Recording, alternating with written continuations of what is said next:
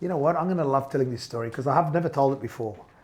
But this is the honest truth. This is the day that I went to prison. This is the day that famously or infamously, I got taken to prison by police, which I think was completely incorrect by the police. But anyhow, let's go through it.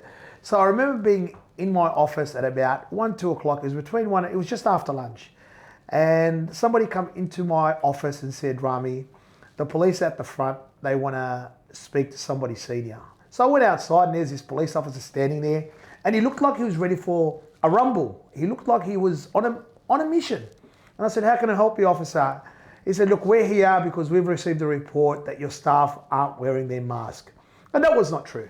I'm going to say straight this from the outset. Is there people every now and then forgetting to put their mask on? Was it 100% compliance? No way. The law had only come in, or if they call it a law, I think it's a law, or that rule just come in like days before. You know, we're human beings. We've lived 30 years, 20 years, 40 years of our life without wearing anything on our face. So to forget is quite an excusable offense. You know, it's not like, you know, we're deliberately not wearing our mask. And I'll never forget the police officer. When I said that to him, when I exactly said that, I said, mate, look, could there be a chance that somebody wasn't walking around with their mask? Yeah, 100%. But I'm telling you right now, nobody's guilty of it because in my opinion, everyone is trying to put their mask on when they remember. And that wasn't good enough for him. That wasn't good enough for this officer. He wanted to say to me, no, the staff at the front, which were sitting on the front bench, deliberately did not have their mask on. When they were eating, actually, by the way. But anyway, so I wasn't going to take it. I could have been a yes man then. But at the time, we were going right through the pandemic. We were trying to keep our business open. I had every store right around the country. I had over 2,000 staff working. And that's what this head office was doing. It was supporting those staff. So I wasn't going to take it. I just call it whatever you like. But my emotions, I did not have that power to say, okay, officer. My reply to him was, no, officer, you're wrong. Don't you dare accuse my staff of not doing the right thing. My staff are turning to work every day, turning up. They could easily be staying at home, but they are risking their life because that's what the government is telling us. If you could catch COVID and you can die. They're risking their staff and you want to stand here and insult me and tell me that our staff aren't doing the right thing? No, I'm not accepting it. And he said, look, Rami, this is what's happening. I said, look, that's not happening. Anyway, things escalated from there.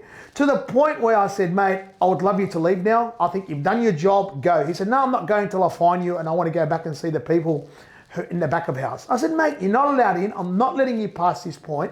And that's my rule and that's a law. And you have no permit to go into my office. So, mate, I'm asking you to leave. And at that point, he calls for backup.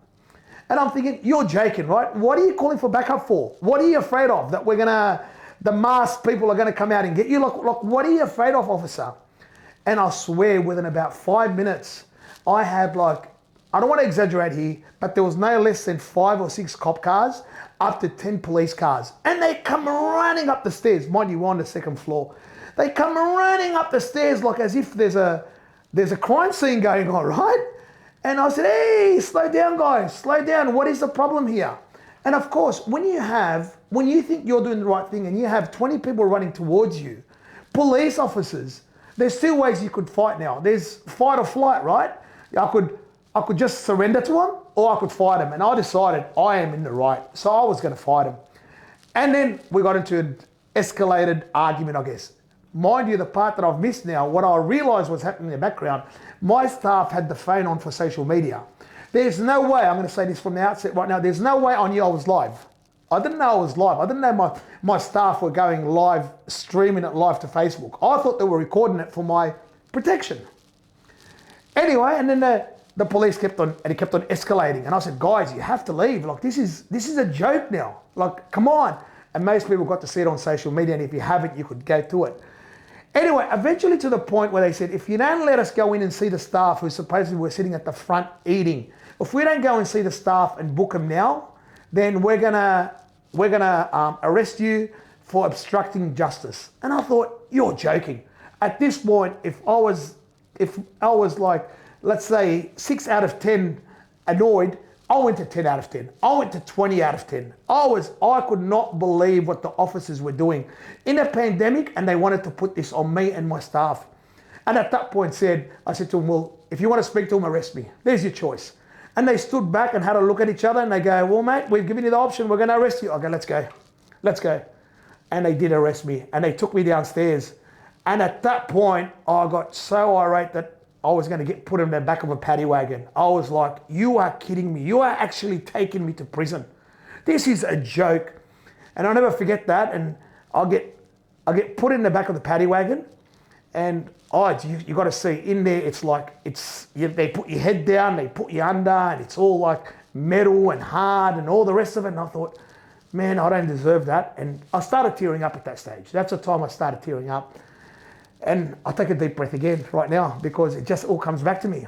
And I said, guys, look, I'm really suffering, like I'm panicking. I'm suffering an anxiety attack. You're going to let me out. And they were nice enough to let me out.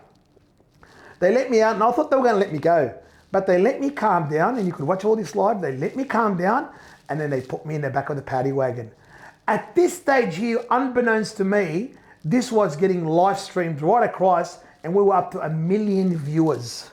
And people were commenting and calling their friends and saying, jump onto social media. This is something I found out afterwards.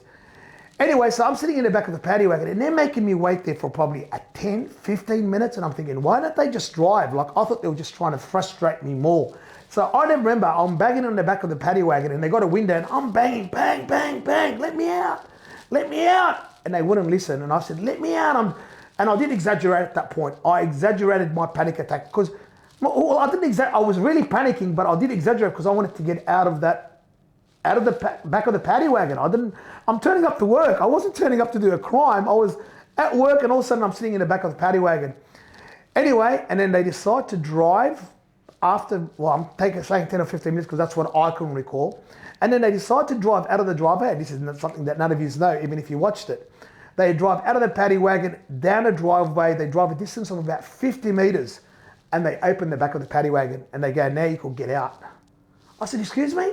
They go, you embarrass me in front of my staff.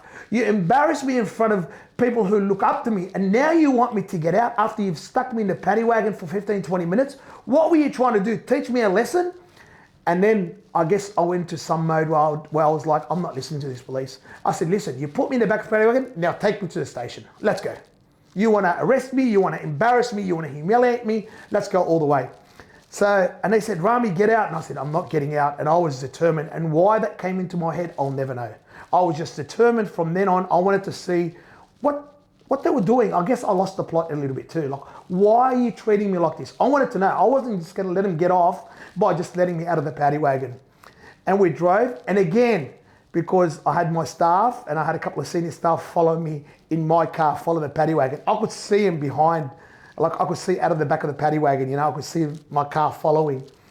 And it's following me down, and again at about another 5 meter stop, about 5 minutes into the drive, they stop and they go, Rami, we want you to get out. And I'm thinking, hang on a second, you make all this scene, this is in my head, this is what I'm thinking, I'm not saying this out loud. I'm thinking, you do all this and now you want me out? What is going on in the planet? Like what are those police officers thinking? And unbeknownst to me, now I get it because they were on the phone and that because I could see them through the window inside the paddy wagon. They were getting told by their senior officers and by their bosses, I guess, hey guys, what you're doing is crazy. This is going all over Australia right now. This is going viral. Let the man go. But I didn't know all that. Anyway, and again, I refused to get out. And then they took me to a police station, which is about 15 minutes down the road. They took me to Auburn police station. And they said, Rami, we're going to let you go. They gave me the third chance. And I still, unbeknownst to me, remember, I don't know this is going viral. I'm thinking, no, I'm not going. I want you to do whatever you have to do right now. Well, what are you going to do? You're going to send me to prison? What are you going to do? You're going to take my fingerprints? Do what you got to do. And then they said to me, I'll never forget this. And the police officer said, well, we got no room in Auburn police station. Like there was a lot of crime going on. It was the middle of a pandemic. There was 10 people on the street. And I'm thinking, this guy's just lying to me. I go, no. Mate, I know you've got room in the police station because there is no crime going on. There's no one out. Everybody's in lockdown. So what crime can you have? And he goes, look, Rami, if that's the case, we're going to take you to Parramatta police station and we're going to make you sleep the night. And I thought to myself, this guy's bluffing. Mate, I've played enough poker in my life. This guy is bluffing. Okay, let's go to Parramatta. And they did. They threw me back in but this time, listen to what they did. They had me out of the paddy wagon. This is the part which is really annoying and I'm going to bring it out right now. And I do respect police, as you guys have known, have seen me. Well, I respect majority of police. I know they have the right intention. What this police officer did, he was so annoyed with me that he actually come from the side. I'll never forget that, because there was two women speaking to me and the male police officer, and he came and he crash tackled me from my right side straight into the back of the ute, and I went flying in. And I'll never forget that, and I never forgive the copper for doing it. I'm telling you right now, and I've never released that to anyone. Even when other police officers asked me, I never told them about the situation. I knew the guy could have been going through a bad mental state or whatever, but I still don't, I'll forget, but I don't forgive. Anyway, he tackled me back into the station, and sure enough, they drove me to Parramatta. And they took me into Parramatta station with the threat that they're going to make me sleep tonight. And I'll never forget that. He goes, again, they gave me another chance after the guy crash tackled me. This is when I knew something they were doing wrong, because they wanted to release me. They go, Rami, if you don't go in, I'm telling you, you're sleeping the night. I go, hang on a second. At this stage, I sort of relaxed and I was calm. And this is what I said to the police officer. I go, so you're telling me you're going to give me an opportunity to have a good night's sleep tonight? Because I've been going through this lockdown now at that stage, it was like 2 months. We've been going through a lockdown for 2 months where I've been at work from 6 a.m. till midnight, trying to keep the business alive. And now you're going to give me a chance to sleep the night? I said, bring it on. Let's go. Let's go. I go, I think I've won the lotto. I'll never forget that. And he just looked at me with this look. And I was ready to be a smartass. Yeah, no question about that. You want to play me? I'll play you. I was standing up for myself then. Like how I stood up for the staff and didn't allow them to go to the back of the house and speak to my staff. And I definitely did. And they took me in a cell and they sat me down. And I swear to God, I tell the truth. All the police will walk around the police station. Not one of them had a mask on. And I'm standing behind a cell here. I'm sitting in a cold cell, aluminium bench, fully sealed, like as you could imagine a cell, like, metal going down. And I'm going, you guys are a joke. You guys are seriously a joke. Anyway, they made me wait in there for 15 minutes. And then they charged me with obstructing justice for not letting them to speak to our staff. And then I was released. I had to sign a paper and then I was released. But that's, I guess, my journey of what happened to me with the time I went to prison. Yeah, thanks for listening, guys. Stay out of prison. That's it.